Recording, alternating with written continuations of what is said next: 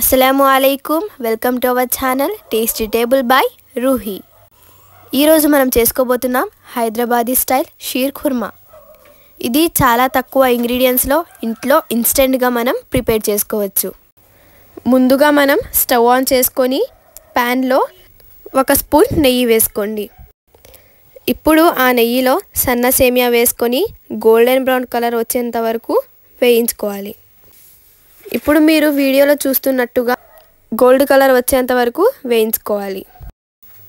మీరు ఇన్స్టెంట్గా ఇంట్లో ఏమైనా చేయాలి అనుకుంటున్నారా? అయితే మీరు ఈ రెసిపీ ఇంట్లో తప్పకుండా ట్రై చేయండి.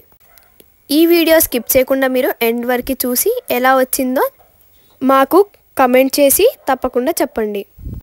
ఇప్పుడు మీరు ఆ వేయించిన సేమియాని ఒక ప్లేట్లో తీసుకోండి. ఇప్పుడు మనం అదే ప్యాన్లో 1 స్పూన్ నెయ్యి వేసి డ్రై ఫ్రూట్స్ని వేయించుకోవాలి. ఇప్పుడు మీ ఇంట్లో ఏ డ్రై ఫ్రూట్స్ అవైలబుల్గా ఉంటే ఆ డ్రై ఫ్రూట్స్ని వేసుకొని వేయించుకోండి.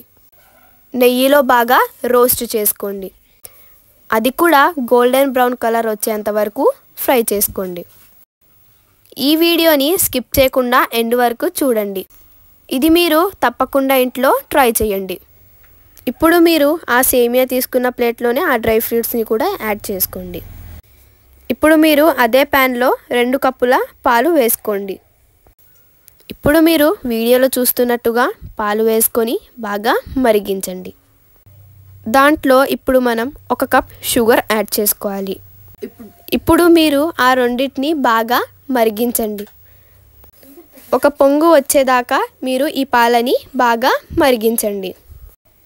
ఇప్పుడు మనం అదే పాలల్లో ఇందాక రోస్ట్ చేసి పెట్టుకున్న సేమియాని వేసుకోవాలి. పాలు మరిగిన తర్వాత స్టవ్ ఆఫ్ చేసుకొని దాని తర్వాత దాంట్లో సేమియాని యాడ్ చేసుకోవాలి. ఇప్పుడు మీరు చూస్తున్నారుగా వీడియోలో చూసినట్టుగా సేమియా వేసుకొని దాన్ని బాగా కలుపుకోండి.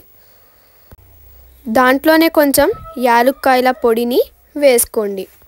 దానివల్ల మంచి అరోమా వస్తుంది. దానివల్ల టేస్ట్ ఎన్హాన్స్ అవుతుంది.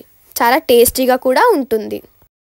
ఇప్పుడు మనం దీన్ని ఒక బౌల్లో సర్వ్ చేసుకుందాం.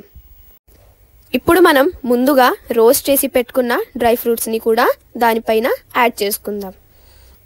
ఇప్పుడు పర్ఫెక్ట్గా మన షీర్ ఖుర్మా రెడీ అయిపోయింది.